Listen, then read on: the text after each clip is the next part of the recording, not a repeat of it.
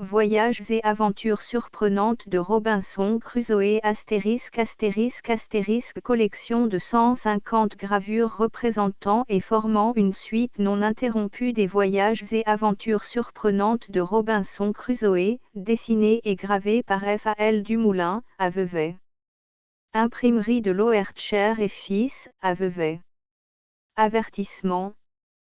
Tout le monde connaît les aventures de Robinson Crusoe, malgré les charmantes imitations qu'on a fait de ce roman, on revient toujours avec plaisir à l'original. L'ouvrage que je publie se compose de 150 gravures à l'eau forte et retouchées au burin, toutes tirées de cet ouvrage et formant une suite de tableaux qui me paraissent d'un grand intérêt, surtout pour les jeunes gens, et dont l'ensemble met sous les yeux des scènes de tout genre.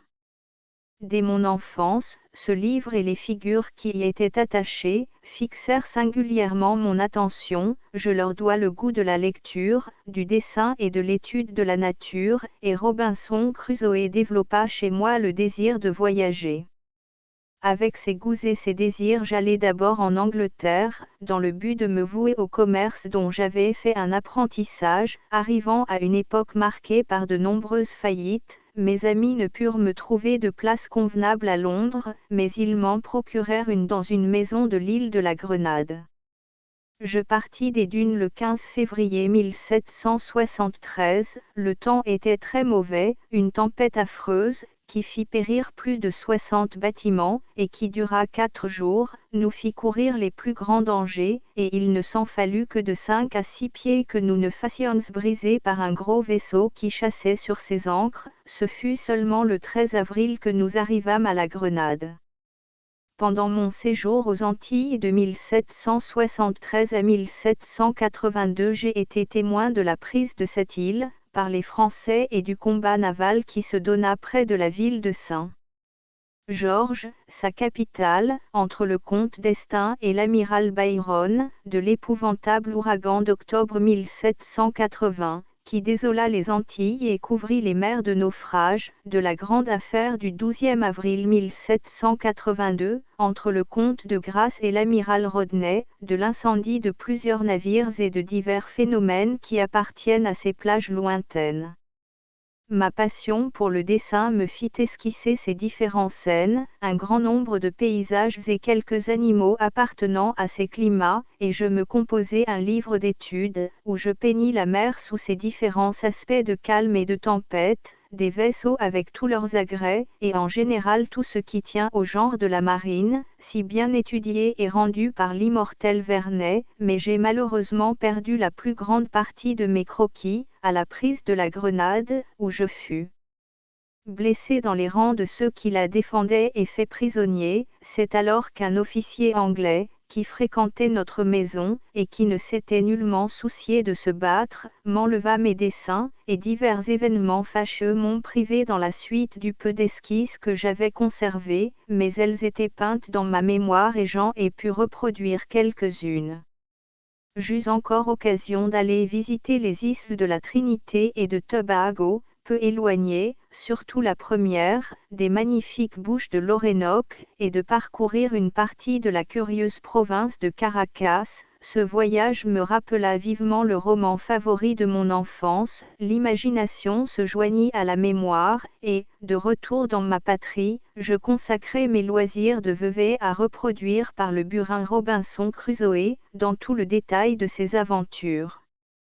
Je ne suis entré dans le narré de ce qui me regarde personnellement que pour faire mieux sentir que mes dessins sont une copie fidèle de ce que j'ai vu et observé, tant pour le paysage que pour la marine, que j'ai étudié l'un et l'autre avec autant d'ardeur que d'exactitude, et c'est d'après les meilleurs auteurs qui ont décrit les costumes et paysages de l'Inde et de l'Asie septentrionale que j'ai travaillé pour la dernière partie de cet ouvrage. C'est, entre autres, d'après le père Kircher, dans sa Chine illustrée, et le voyage de Lord Macartney, que j'ai puisé le dessin de la Grande Muraille. Quant à la gravure, on verra, sans que je le dise, que c'est l'ouvrage d'un apprenti, qui ne l'a apprise que de lui-même et sans le secours d'aucun maître. Je finis par exprimer le désir que mon ouvrage réussisse à amuser et même à instruire, car je puis ajouter qu'il tend à développer l'industrie individuelle, en montrant de quoi un seul homme est capable, et à faire voir qu'avec de l'adresse et de la persévérance, on peut aller assez loin dans cette branche de technologie qui pourvoit à nos premiers besoins. C'est ainsi qu'alimentant une louable curiosité, on ne saurait lui refuser le mérite de joindre l'utile à l'agréable.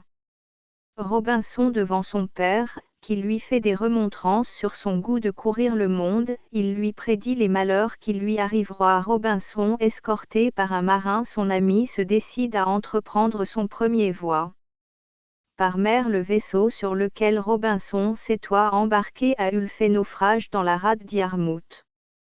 Robinson se sauve avec l'équipage commerce des esclaves à la côte d'Afrique pour les plantations des Européens aux Indes occidentales vu du pont d'un vaisseau faisant le commerce des nègres, pour servir à connaître la manière de transporter les esclaves de la côte d'Afrique dans les colonies européennes des Indes occidentales. Robinson, faisant le voyage de la Guinée, est fait prisonnier par un corsaire marocain qui le mena esclave à Salé. Robinson, étant esclave chez les morts de Salé, travaille dans les jardins de son patron. Robinson se sauve d'esclavage dans une chaloupe avec un jeune mort de Salé. Robinson, après s'être sauvé d'esclavage, fait route pour le Cap Verde et tue un lion sur la côte du désert de Zara. Robinson, continuant sa fuite le long de la côte d'Afrique, rencontre des nègres et tue un léopard. Les nègres, pour récompense Robinson du léopard qu'il leur avoit donné, lui fournissent de l'eau et des racines. Robinson, à la hauteur du Cap Verde, est reçu à bord d'un vaisseau portugais qui le conduit au Brésil. Robinson, défrichant sa plantation au Brésil, fait des réflexions sur son sort. Robinson s'embarque du Brésil pour la côte de Guinée à dessein d'acheter des nègres pour sa plantation et celle de ses associés. Tempête terrible qui essuya le vaisseau de Robinson et le jette hors de sa route. Le vaisseau de Robinson ayant échoué contre un banc, l'équipage s'embarqua dans la chaloupe qui fut engloutie par une vague furieuse. Les compagnons de Robinson ayant été engloutis avec la chaloupe, il nagea de toutes ses forces. Parvenu à un rocher, il s'y cramponna jusqu'à ce que la vague, en se retirant, lui permit de gagner le rivage. Robinson, échappé du naufrage, rend grâce à Dieu de sa délivrance. Robinson passe la première nuit après son naufrage sur un arbre où il dormit profondément. Robinson, étant allé à bord de son navire échoué, fait un radeau qu'il charge de toutes sortes d'effets utiles. Robinson, ayant trop chargé un de ses radeaux de câbles et fermes qu'il avoit tiré du vaisseau, en est renversé avec sa charge dont il perd la plus grande partie. Robinson, ayant dressé une tente, y sert et met à l'abri les effets qu'il a sauvés du vaisseau naufragé. Robinson porte des pieux pour renfermer sa demeure au pied d'un rocher creusé naturellement. Robinson creuse le rocher pour y faire sa demeure. Un orage de tonnerre et d'éclairs effraie Robinson pour sa provision de poudre, ce qui le détermine à la diviser par parcelles pour la mettre à l'abri du feu. Robinson à la chasse des chèvres sauvages. Robinson fait son calendrier en coupant des entailles sur un pieu. Robinson, ayant besoin de sacs pour diviser sa poudre et la distribuer dans différents endroits pour la garantir du feu, vide 2 sacs dans lesquels il restoit un peu de blé et de riz mangé des rats. Robinson est étonné de voir des épeces de blé et de riz croître auprès de son château, ne se rappelant pas d'y avoir secoué des sacs qui en contenaient et des restes. Un tremblement de terre ayant fait écrouler la voûte de la caverne pendant que Robinson y était, il faillit en être écrasé et enseveli sous les débris. Robinson, se promenant au bord de la mer, trouve une tortue qu'il transporta chez lui. Songe de Robinson qui l'effraie beaucoup et qui le dispose à se résigner à la providence. Robinson, étant tombé malade de la fièvre, essaye plusieurs manières de s'en guérir par le moyen du tabac, entre autres d'en recevoir la fumée dans la bouche en le brûlant sur des charbons. Robinson, parcourant son île, trouve de la vigne, il en pend des grappes mûres aux branches des arbres pour les sécher. Robinson, ayant préparé un terrain, y sème le blé et le riz qu'il avoit recueilli des épis trouvés fortuitement auprès de son château. Robinson travaille à se faire des paniers pour serrer son blé. Robinson, ayant abattu un perroquet d'un coup de bâton sans le tuer, l'emporta chez lui où il s'apprivoisa. Robinson étant à la chasse, son chien atteignit un jeune chevreau et l'ayant dégagé l'emmena chez lui. Robinson le soir dans sa caverne médite sur le bien et le mal de sa situation. Robinson fait des planches en abattant un arbre et le taillant des deux côtés jusqu'à l'épaisseur demandée. Robinson voyant que les oiseaux mangeaient tout son bled sur pied, l'éveille, tire sur eux des coups de fusil et en pend 2 ou 3 pour leur servir d'épouvantail, ce qui lui réussit. Robinson coupe son bled avec un coutelas. Robinson, après avoir semé son bled, traîne sur le terrain ensemencé une branche d'arbre en manière de herse. Robinson, ayant fait une houe avec une branche d'arbre faconnée avec ses outils, s'en sert pour labourer le terrain où il vouloit s'émer son bled. Robinson, ayant besoin de vases pour tenir des liquides, essaie de faire des pots et autres ustensiles avec de l'argile. Robinson, après plusieurs essais infructueux, réussit à cuire ses vases de terre en les environnant des feux bien ardents.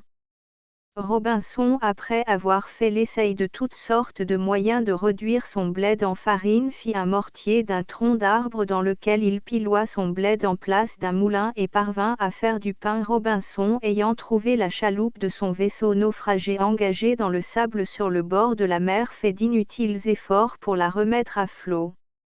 Robinson, n'ayant pas réussi à remettre à flot la chaloupe, abattit un grand cèdre ou acajou et du tronc, entreprit et travailla à en faire un grand canot capable de le transporter sur la terre ferme en vue. Robinson, ayant achevé son canot et voulant le conduire à la mer, fit de grands efforts pour cela. Il s'apprête alors qu'il avoit entrepris un considérant une chose au-dessus de ses forces et qu'il falloit qu'il y renonquât. Robinson, ayant été obligé d'abandonner le canot qu'il avoit fait trop grand et trop lourd pour un seul homme, en construisit un autre plus petit qu'il équipa et avec lequel bien joyeux il mit en mer pour faire le tour de son île.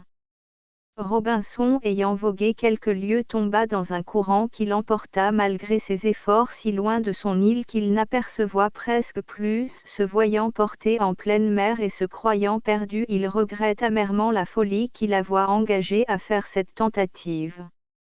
Robinson, ayant été favorisé d'un contre-courant et le bonheur de regagner son île, ne voulant plus s'exposer au même danger, il laissa son canot dans une petite crique et retourné par terre à son château. En chemin, fatigué, il s'endormit et passa la nuit sous un arbre. Le lendemain matin, il fut éveillé et effrayé par une voix qui lui criait: Robinson, pauvre Robinson, où avez-vous été? Ce toi son perroquet perché sur une branche. Robinson, ayant fait 2 trébuchets dans le dessein d'y attirer des chèvres sauvages, y trouva un matin un vieux bouc dans un et 3 chevreaux dans l'autre. Il laisse échapper le bouc et mena les 3 chevreaux chez lui. Repas de Robinson avec toute sa famille, habillement et équipage de Robinson lors qu'il parcourut son île pour la connaître. Maison de campagne de Robinson où il tenait son troupeau de chèvres apprivoisées. Robinson étant allé voir le canot qu'il avoit laissé dans une crique, aperçut sur le sable l'empreinte d'un pied d'homme nu dont il était extrêmement effrayé. Robinson, depuis la découverte de l'empreinte du pied nu, soupçonna que ce peut être des sauvages voisins de son île et dans de grandes craintes d'en être surpris lors qu'il va à sa maison de campagne traire ses chèvres. Robinson, toujours épouvanté, fortifie son château. Robinson trouve les restes d'un festin de cannibales. Robinson, ayant par hasard trouvé une caverne, armé d'un tison allumé, il veut y pénétrer pour l'examiner, mais il est effrayé par un grand soupir et 2 objets brillants. C'est toi une vieille chèvre. Robinson, du sommet du rocher de son château, voit à l'aide de ses lunettes un festin de cannibales. Pendant une grande tempête de nuit, Robinson entendit des coups de canon. Supposant qu'ils étaient tirés par quelque vaisseau en détresse, il alluma un feu au sommet de son rocher pour que l'équipage le vît. Le jour suivant, Robinson, ayant aperçu au moyen de ses lunettes un vaisseau qui paroissait échoué, équipa son canot et s'embarqua pour aller le visiter. Un chien fut le seul être vivant qu'il trouva à bord de ce bâtiment, qui lui parut être espagnol. Robinson n'ayant trouvé à bord que 2 hommes morts s'empare de quelques effets qui lui convenaient et les met dans son canot, le reste étant trop pesant pour lui il l'abandonna. Robinson ayant découvert un matin un débarquement d'environ 30 sauvages dans 6 canots pour manger quelques prisonniers, sa peur qu'un de ses captifs s'échappe de ses bourreaux et s'enfuit du côté de son habitation. Robinson voulant sauver le prisonnier fugitif prend ses armes, se jette entre lui et 2 sauvages qui le poursuivaient de près, abat le plus proche d'un coup de crosse et tue l'autre d'un coup de fusil.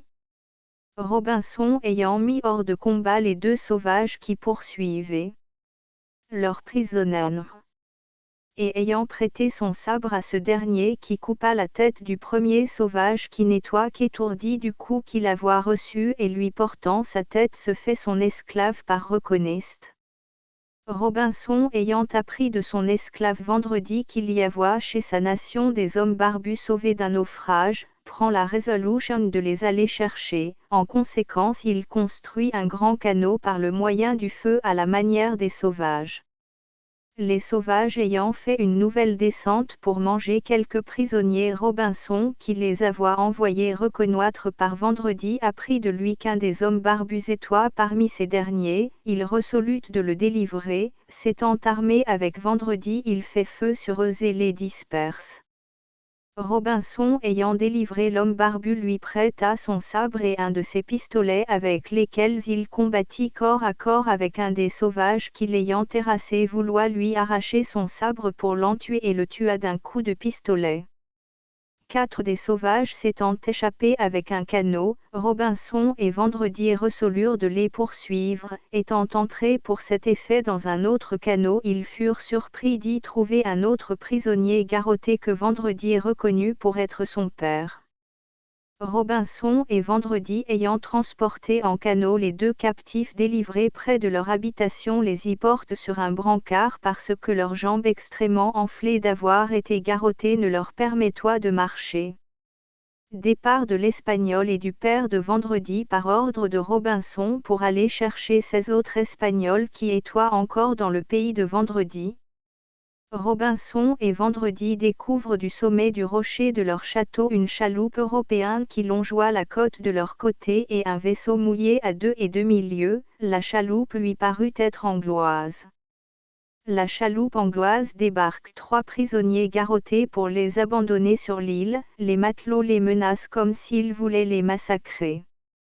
Robinson voyant les prisonniers seuls couchent sous un arbre se présente à eux tout armé et accompagné de Vendredi, après les avoir rassurés il lui raconte que l'équipage du vaisseau s'étant revolté ils veulent les abandonner dans cette île qu'ils croient inhabiter. Les prisonniers qui étaient le capitaine du vaisseau, son contremaître et un passager ayant reçu des armes de Robinson attaquent les mutins en tuent 2 et font prisonniers les autres. Les matelots mutins de la chaloupe ayant été réduits, Robinson avec le capitaine et ses compagnons dégrée la chaloupe et la met hors d'état d'être emmenée par le reste de l'équipage du vaisseau. L'équipage du vaisseau ne voyant pas revenir sa pré chaloupe malgré ses signaux envoie sa seconde, les hommes qui la montaient trouvant la unième échouée dégrée et percée poussent de grands cris et font une décharge générale de leurs armes pour se faire entendre de leurs gens dans l'île. L'équipage de la 2e chaloupe n'entendant aucune nouvelle de ceux de la 1e prennent la résolution de se rembarquer, mais Robinson faisant pousser des cris par quelqu'un de ses gens il débarque de nouveau et s'enfonce dans les bois ne laissant pour garder la chaloupe que 2 hommes dont l'un est tué par le cap. Et l'autre fait prison. Les gens de l'équipage de la 2e chaloupe attirés par les cris coururent dans les bois mais inutilement, ils retourneront bien fatigués à leur chaloupe pour se réembarquer mais la trouvant échouée et abandonnée la marée étant basse, désespérés ils courroient çà et là alors le cap. Et ces gens font feu sur le bosseman chef de cette troupe le tue avec un autre et le reste se soumet. Les mutins s'étant rendus furent désarmés, le capitaine les fit garrotter, il leur remontra qu'ils méritoient tout la mort mais qu'on leur faisoit grâce excepté Guillaume Atkins qui se jette à genoux pour demander la vie. Le capitaine aidé de ses compagnons et de quelques-uns des matelots qui s'étaient rendus à lui se rend maître par surprise de son vaisseau après avoir tué le nouveau capitaine et 2 autres chefs de la révolte. Robinson parois ici comme le prétendu gouverneur de l'île accompagné du Cap, qui lui a fourni un habillement complet. Il montre aux 5 principaux mutins qui doivent être abandonnés dans l'île leur nouveau cap, pendu à la grande vergue du vaisseau qui était venu mouiller dans la petite baille. Robinson et Vendredi s'embarquent sur le vaisseau du capitaine qui la voit délivrée et laisse son île les 5 matelots mutins à qui l'île apprend la prochaine arrivée de 16 Espagnols avec le père de Vendredi et leur recommandant de vivre en bonne union ensemble. Robinson de retour en Angleterre désirant d'avoir des nouvelles de sa plantation au Brésil s'embarque à Londres sur le paquebot avec son fidèle Vendredi pour aller à Lisbonne. Robinson étant arrivé à Lisbonne trouve le vieux capitaine portugais qui l'avoit reçu sur son bord lors qu'il s'échappa d'esclavage, lequel lui donna des nouvelles de sa plantation au Brésil et lui rendit compte de l'argent qu'il avoit reçu pour lui.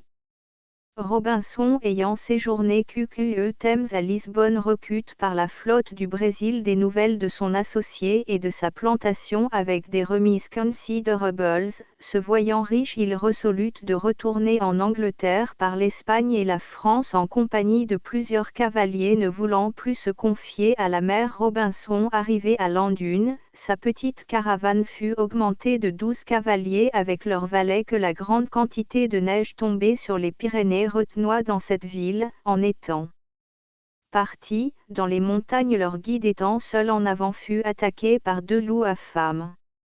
Vendredi accourut à ses cris tua un des loups d'un coup de pistolet, l'autre se sauva dans les montagnes, un ours parut. Vendredi demanda à Robinson la permission d'amuser la caravane aux dépens de cet animal, ce qui lui ayant été accordé il se prépara et ayant accosté la bête en lui parlant mais l'ours n'y faisant aucune attention Vendredi pour l'exciter lui jeta une pierre.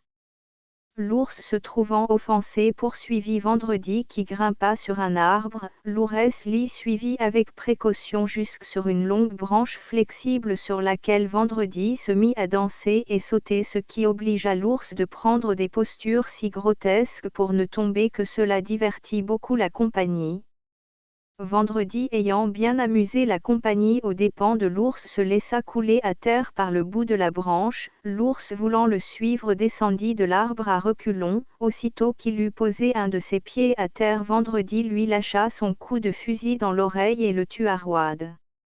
La cabane de Robinson est attaquée par quelques centaines de loups sur lesquels ils font une décharge de leurs carabines et pistolets et tombent ensuite sur les loups à coups de sabre. Ils les dispersent la nuit. Approchant la caravane fit diligence pour arriver au gîte. Entrant dans un défilé ils rencontrèrent un cheval sellé et bridé fuyant à toutes jambes poursuivi par 5 loups. Ils trouvèrent ensuite un autre cheval et 2 cavaliers mangés par ces animaux.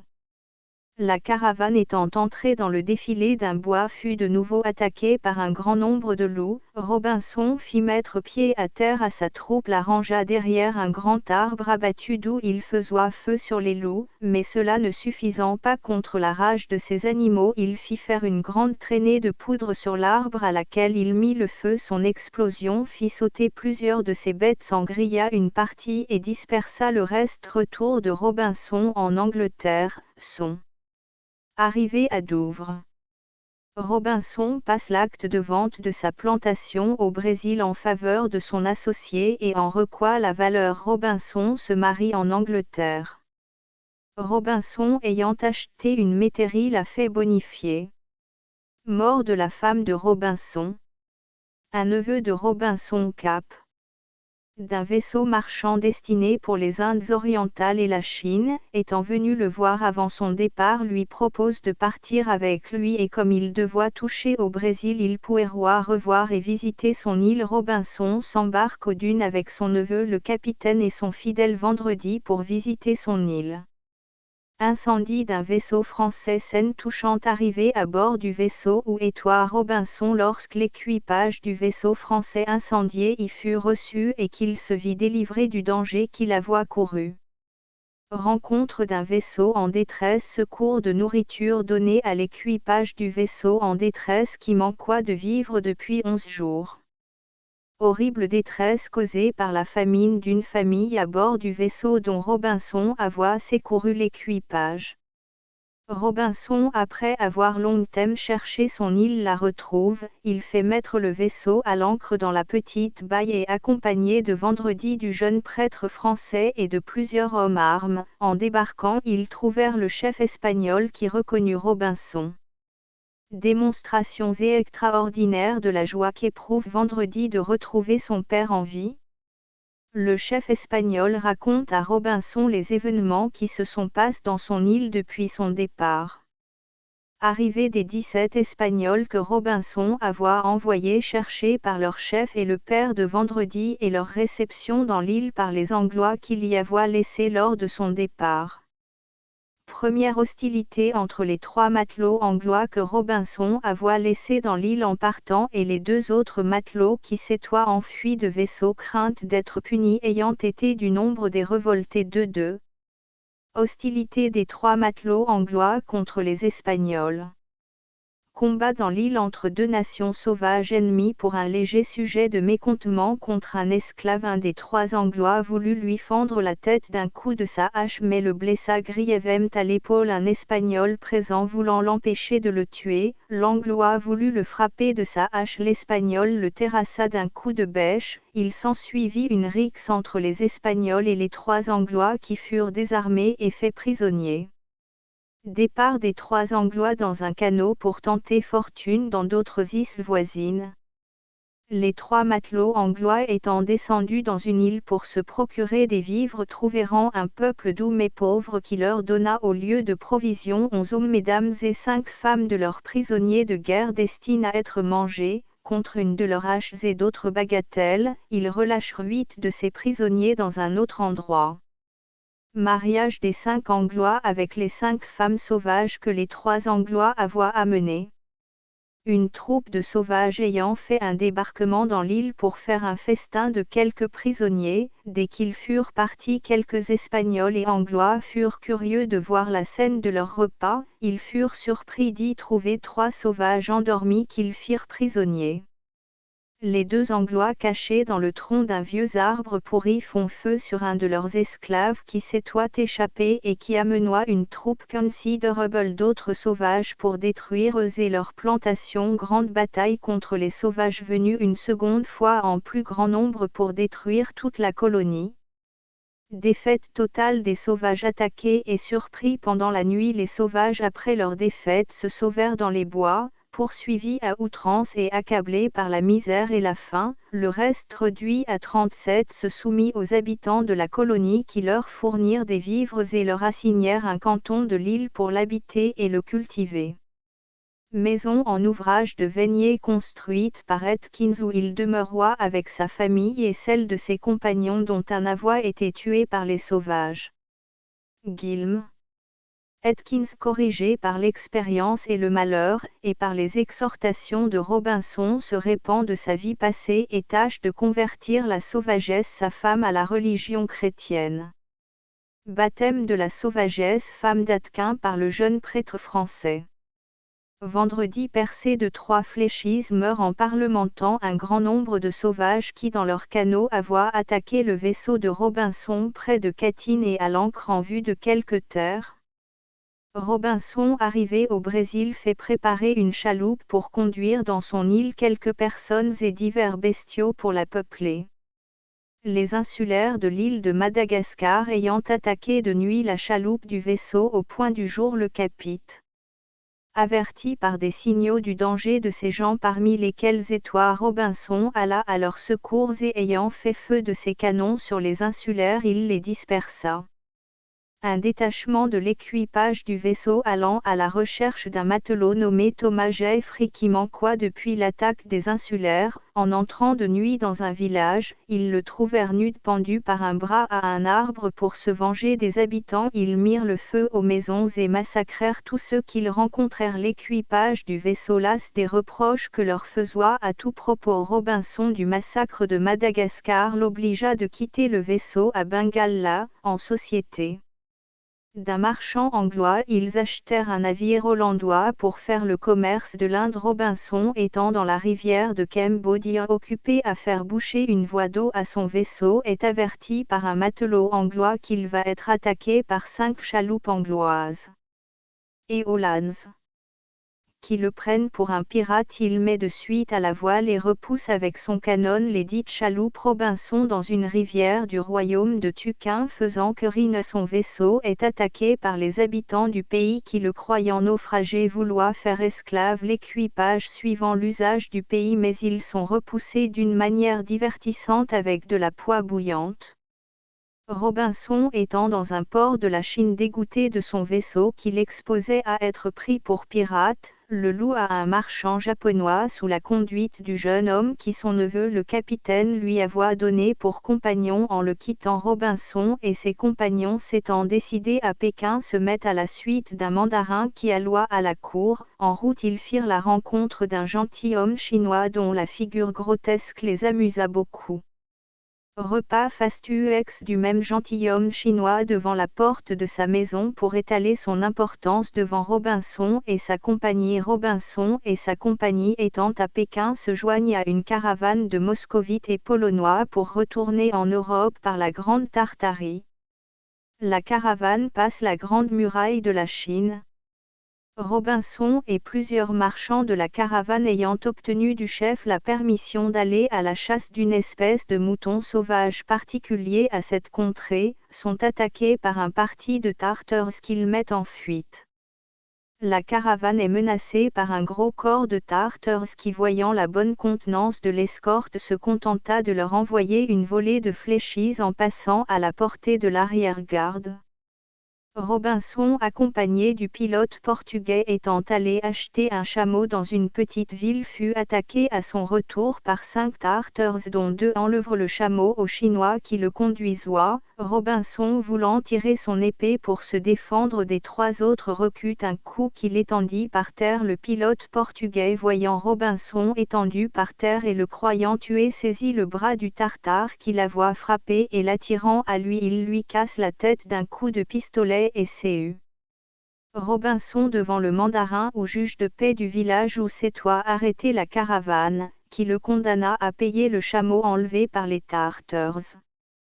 Robinson, indigné du culte rendu par les Tartars russes de Norzinskaïa, une horrible idole posée sur un tronc d'arbre hors du village, court dessus au galop et la frappe d'un coup de sabre à la tête, ce qui excite les habitants contre lui. Destruction de Shamshi Tongu, idole des Tartars Tengu sous la domination de la Russie par Robinson aidé de quelques de ses compagnons de la caravane. Les Tartars Tengu poursuivirent la caravane avec un gros corps de cavalerie menaçant de la détruire si on ne leur livra ceux qui avaient brûlé leur idole, mais un cosaque de la caravane les trompa en leur disant qu'il avait été envoyé en exprès pour les avertir que les coupables étaient dans une autre troupe qui avait tiré vers le sud. Robinson étant à Tobolsk, capitale de la Sibérie où il passa l'hiver, le prince Galitzine, exilé de la cour de Russie, lui présente son fils pour partir avec lui incognito. Robinson et sa compagnie ayant quitté Tobolsk avec le jeune prince Galitzine incognito, sa petite caravane composée de 16 hommes est attaquée par un parti de Tartars Kalmouks, mais s'étant bien retranchée dans un petit bois, elle les repoussa avec perte. Robinson, de retour en Angleterre après une absence de 10 ans, trouve ses 2 fils grandis et la bonne veuve de son premier capitaine, leur gouvernante, encore en vie. Transcriber's note, accent were not corrected. They appear in the original and they have been left in this file. All instances of KIL were corrected to kill. Astérisque astérisque astérisque End of the Project Gutenberg e-book Voyages et aventures surprenantes de Robinson Crusoe astérisque astérisque astérisque Updated editions will replace the previous ones. The all editions will be renamed.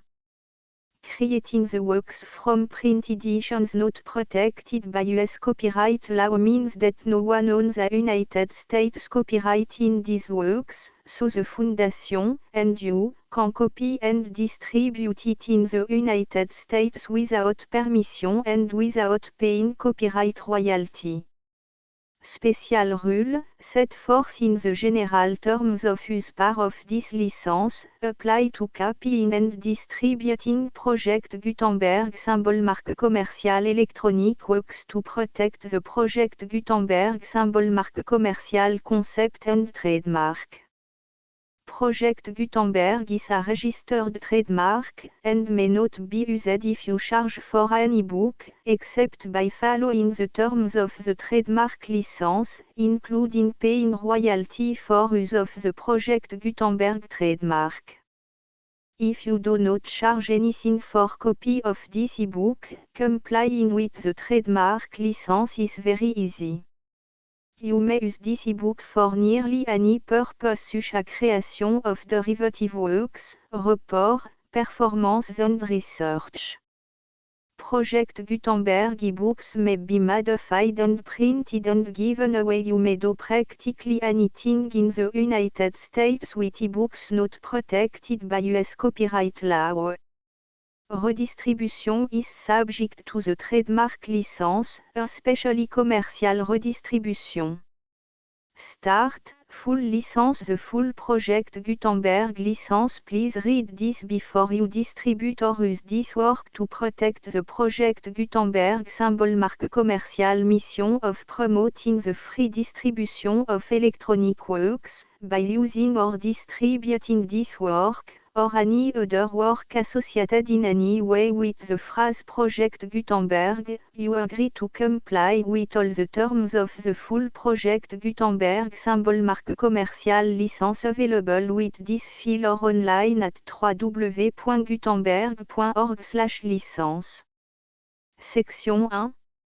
General Terms of Use and Redistributing Project Gutenberg symbol marque commerciale electronic works. A by reading or using any part of this Project Gutenberg symbol marque commerciale electronic work, you indicate that you have read, understand, agree to and accept all the terms of this license and intellectual property, trademark/copyright, agreement. If you do not agree to abide by all the terms of this agreement, you must cease using and return or destroy all copy of Project Gutenberg symbol marque commerciale electronic works in your possession. If you paid a fee for obtaining a copy of or access to a Project Gutenberg symbol marque commerciale electronic work and you do not agree to be bound by the terms of this agreement, you may obtain a refund from the person or entity to whom you paid the fee as set forth in paragraph 1.e.8. 1.b Project Gutenberg is a registered trademark. It may only be used on or associated in any way with an electronic work by people who agree to be bound by the terms of this agreement. There are a few things that you can do with most Project Gutenberg symbol marque commerciale electronic works even without complying with the full terms of this agreement. See paragraph 1.c below. There are a lot of things you can do with Project Gutenberg symbol marque commerciale electronic works if you follow the terms of this agreement and help preserve free future access to Project Gutenberg symbol marque commerciale electronic works. See paragraph 1.e below. 1.c. The Project Gutenberg Literary Archive Foundation, the Foundation or PGLAF, owns a compilation copyright in the collection of Project Gutenberg symbol marque commerciale electronic works. Nearly all the individual works in the collection are in the public domain in the United States. If an individual work is unprotected by copyright law in the United States and you are located in the United States, we do not claim a right to prevent you from copying, distributing, performing, displaying or creating derivative works based on the work alone as all references to Project Gutenberg are removed. Of course, we hope that you will support the project Gutenberg symbol marque commercial mission of promoting free access to electronic works by freely sharing project Gutenberg symbol marque commercial works in compliance with the terms of this agreement for keeping the project Gutenberg symbol marque commercial name associated with the work. You can easily comply with the terms of this agreement by keeping this work in the same format with its attached full project Gutenberg symbol marque commercial license when you share it without charge with others. 1.d. The copyright laws of the place where you are located also govern what you can do with this work. Copyright laws in most countries are in a constant state of change. If you are outside the United States, check the laws of your country in addition to the terms of this agreement before downloading, copying, displaying, performing, distributing or creating derivative works based on this work or any other project Gutenberg symbol marque commercial work. The Foundation makes no representations concerning the copyright status of any work in any country other than the United States. 1.e Unless you have removed all references to Project Gutenberg. 1.e.1 The following sentence, with active links to, or other immediate access to, the full Project Gutenberg symbol marque commercial license must appear prominently whenever any copy of a Project Gutenberg symbol marque commercial work, any work on which the phrase Project Gutenberg appears, or with which the phrase Project Gutenberg is associated, is accessed, displayed, performed, viewed, copied or distributed. This ebook is for the use of anyone anywhere in the United States and most other parts of the world at no cost and with almost no restriction whatsoever. You may copy it, give it away or reuse it under the terms of the Project Gutenberg license included with this ebook or online at www.gutenberg.org. If you are not located in the United States, you will have to check the laws of the country where you are located before using this ebook. 1.e.2 If an individual project Gutenberg symbol marque commercial electronic work is derived from texts not protected by US copyright law, does not contain a notice indicating that it is posted with permission of the copyright holder, the work can be copied and distributed to anyone in the United States without paying any fees or charge.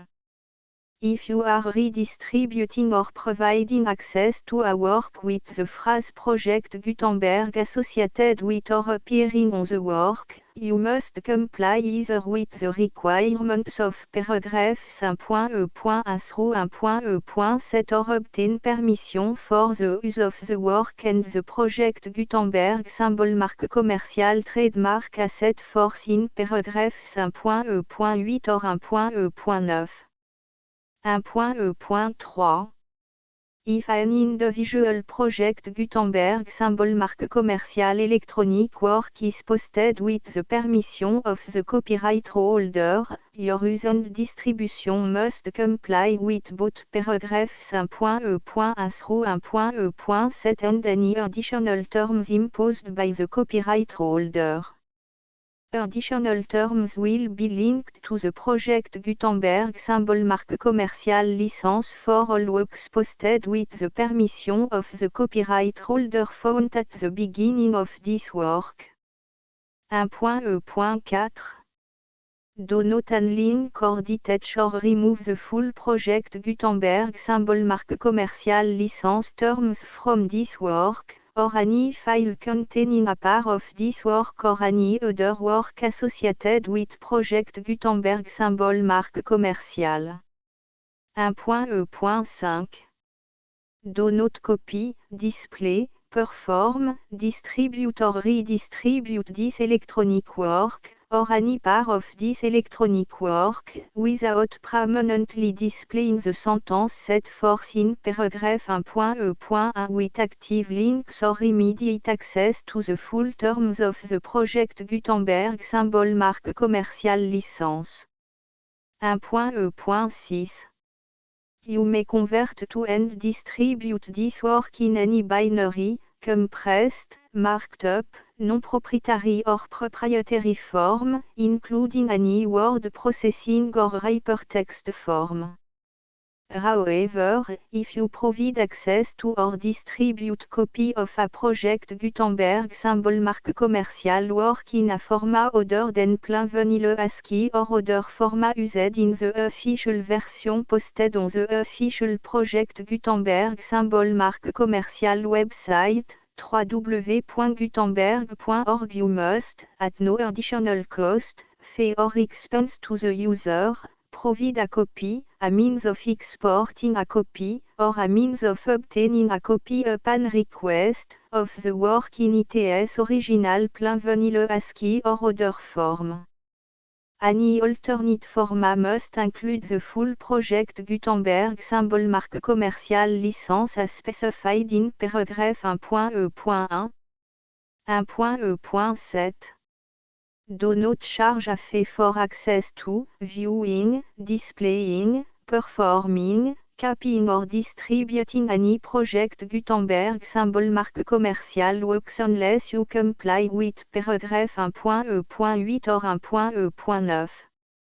1.e.8 You may charge a reasonable fee for copy of or providing access to or distributing project Gutenberg symbol marque commercial electronic works provided that you pay a royalty fee of 20% of the gross profit you derive from the use of project Gutenberg symbol marque commercial works calculated using the method you already use to calculate your applicable tax.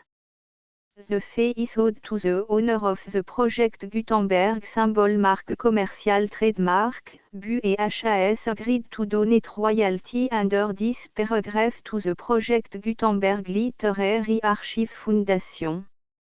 Royalty payment must be paid within 60 days following each date on which you prepare, or are legally required to prepare, your periodic tax returns.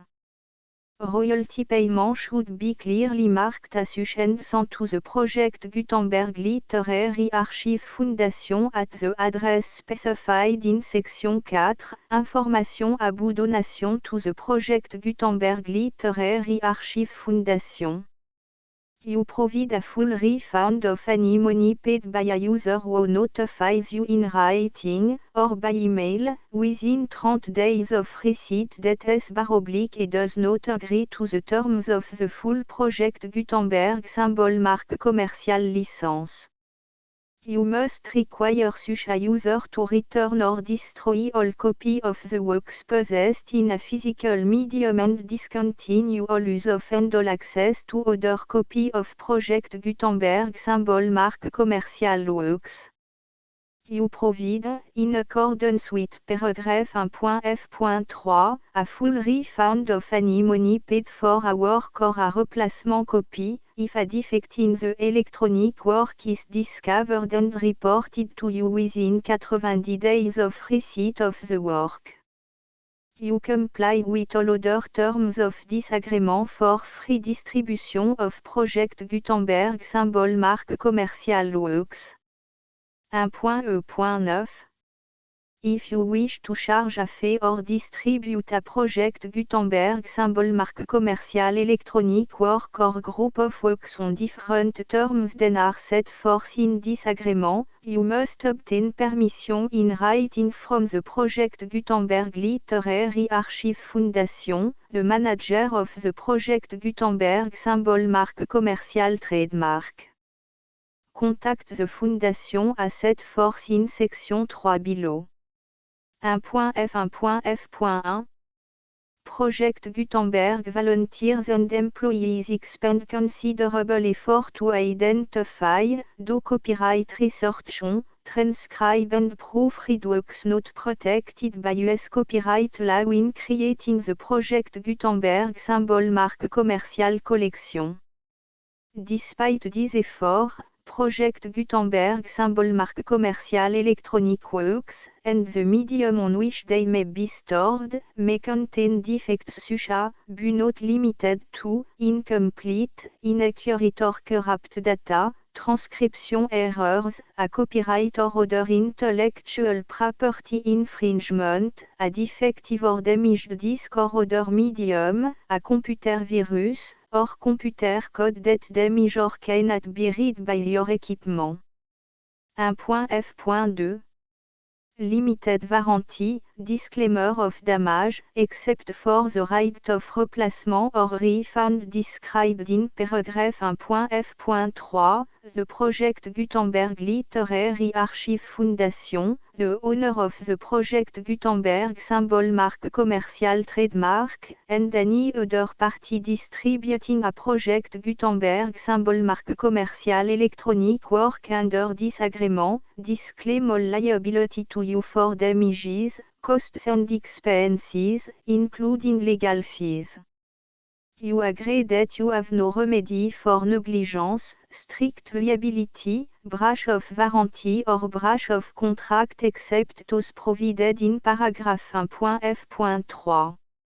You agree that the Foundation, the trademark owner, and any distributor under this agreement will not be liable to you for actual, direct, indirect, consequential, punitive or incidental damages even if you give notice of the possibility of such damage. 1.f.3 Limited right of replacement or refund, if you discover a defect in this electronic work within 90 days of receiving it, you can receive a refund of the money, if any, you paid for it by sending a written explanation to the person you received the work from. If you received the work on a physical medium, you must return the medium with your written explanation. The person or entity that provided you with the defective work may elect to provide a replacement copy in lieu of a refund. If you received the work electronically, the person or entity providing it to you may choose to give you a second opportunity to receive the work electronically in lieu of a refund. If the second copy is also defective, you may demand a refund in writing without further opportunities to fix the problem. 1.f.4 Except for the limited right of replacement or refund set forth in paragraph 1.f.3, this work is provided to you as, with no other warranties of any kind, express or imply, including but not limited to warranties of merchantability or fitness for any purpose. 1.f.5 Some states do not allow disclaimers of certain implied warranties or the exclusion or limitation of certain type of damages. If any disclaimer or limitation set forth in this agreement violates the law of the state applicable to this agreement, the agreement shall be interpreted to make the maximum disclaimer or limitation permitted by the applicable state law. The invalidity or unenforceability of any provision of this agreement shall not void the remaining provision.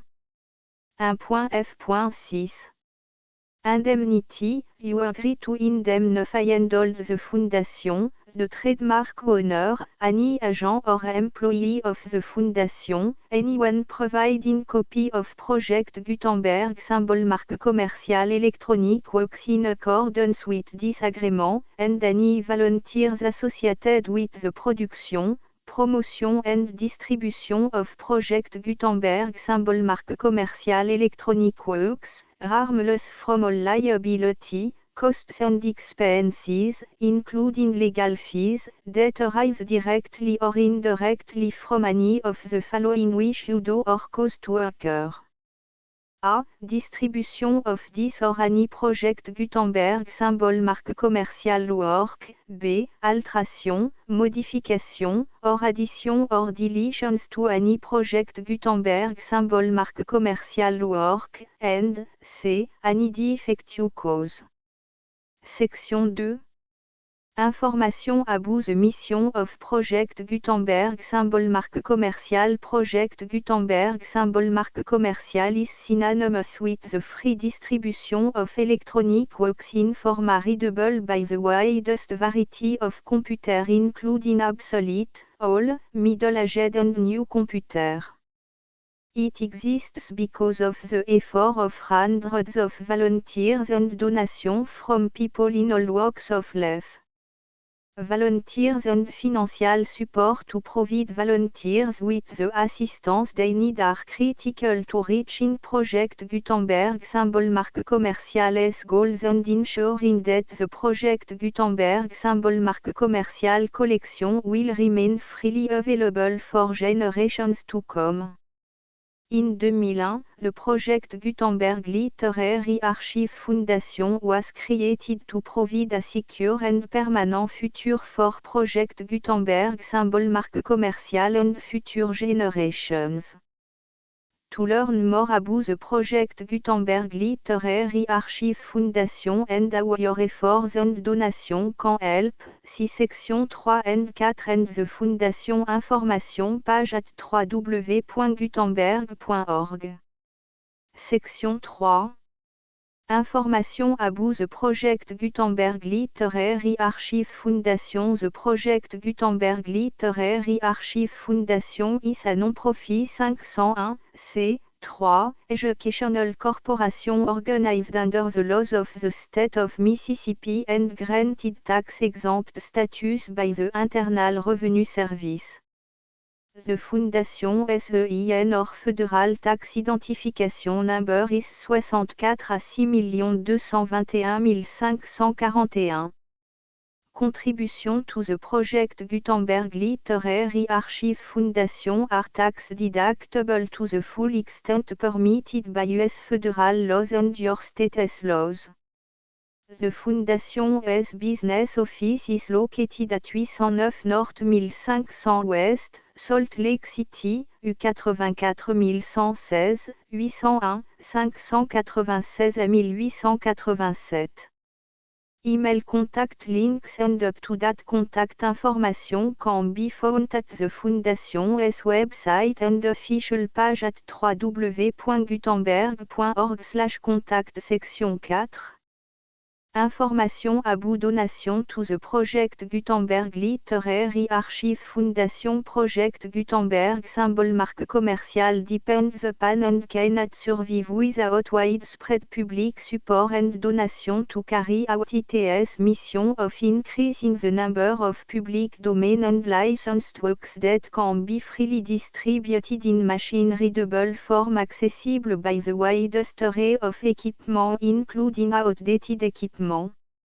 Many small donations, $1 to $5,000, are particularly important to maintaining tax-exempt status with the IRS. The Foundation is committed to complying with the laws regulating charities and charitable donations in all 50 states of the United States. Compliance requirements are not uniform and it takes a considerable effort, much paperwork and money fees to meet and keep up with these requirements. We do not solicit donations in locations where we have not received written confirmation of compliance. To send donation or determine the status of compliance for any particular state, visit www.gutenberg.org/donate.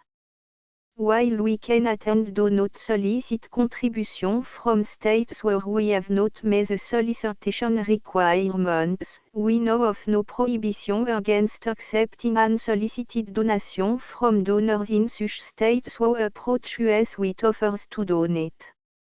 International donations are gratefully accepted, but we cannot make any statements concerning tax treatment of donation received from outside the United States. US laws alone swamp for small staff. Please check the Project Gutenberg web page for current donation methods and addresses. Donations are accepted in a number of other ways including checks, online payments and credit card donations. To donate, please visit www.gutenberg.org/donate. Section 5. Général information about Project Gutenberg symbol marque commerciale Electronic Works. Professor Michael S.R. was the originator of the Project Gutenberg symbol marque commerciale concept of a library of electronic works that could be freely shared with anyone. For 40 years, he produced and distributed Project Gutenberg symbol marque commerciale e-books with only a loose network of volunteer support. Project Gutenberg symbol marque commerciale e-books are often created from several printed editions, all of which are confirmed and not protected by copyright in the US unless a copyright notice is included. Thus, we do not necessarily keep ebooks in compliance with any particular paper edition. Most people start at our website which has the main page search facility, www.gutenberg.org. This website includes information about Project Gutenberg symbol marque commerciale, including how to make donation to the Project Gutenberg Literary Archive Foundation, how to help produce our new ebooks, and how to subscribe to our email newsletter to read about new ebooks. Voyages et aventures surprenantes de Robinson Crusoe, par F.A.L. Dumoulin, à Vevey. Avertissement. The full Project Gutenberg licence PJ 4 PJ V PJ 6 PJ 1 PJ 2 PJ 3 PJ 4 PJ 5 PJ 6 PJ 7 PJ 8 PJ 9 PJ 10 PJ 11 PJ 12 PJ 13 PJ 14 PJ 15 PJ 16 PJ 17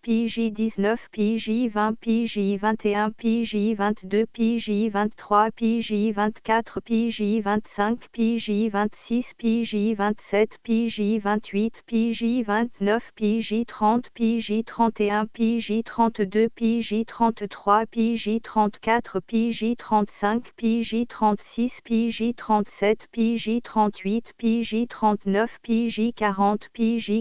PJ 30 PJ 31 PJ 32 PJ 33 PJ 34 PJ 35 PJ 36 PJ 37 PJ 38 PJ 39 PJ 40 PJ 41 PJ 42 PJ 43 PJ 44 PJ 45 PJ 46 PJ 47 PJ 48 PJ 49 PJ 50 PJ 51 PJ 52 PJ 53 PJ 54 PJ 55 PJ 56 PJ 57 PJ 58 PJ 59 PJ 60 PJ 61 PJ 62 PJ 63 PJ 64 PJ 65 PJ 66 PJ 67 PJ 68 PJ 69 PJ 70 PJ 71 PJ 72 PJ 73 PJ 74 PJ 75 PJ 76 PJ 77 PJ 78 PJ 79 PJ 80 PJ 81 PJ 82 PJ 83 PJ 84 PJ 85 PJ 86 PJ 87 PJ 88 PJ 89 PJ 90 PJ 91 PJ 92 PJ 93 PJ 94 PJ 95 PJ 96 PJ 97 PJ 98 PJ 99 PJ 100 PJ 101 PJ 102 PJ 103 PJ 104 PJ 105 PJ 106 PJ 107 PJ 108 PJ 109 PJ 110 PJ 111 PJ 112 PJ 113 PJ 114 PJ 115 PJ 116 PJ 117 pj, 118 pj, 119 pj, 120 pj, 121 pj, 122 pj, 123 pj, 124 pj, 125 pj, 126 pj, 127 pj, 128 pj, 129 pj, 130 pj, 131 pj, 132 pj, 133 pj, 134 pj, 135 pj, 136 pj, 137 pj, 138 pj, 139 pj, 140 pj, 141 pj, 142 pj, 143 pj, 144 pj, 145 pj, 146 pj, 147 pj, 148 pj, 149 pj, 150.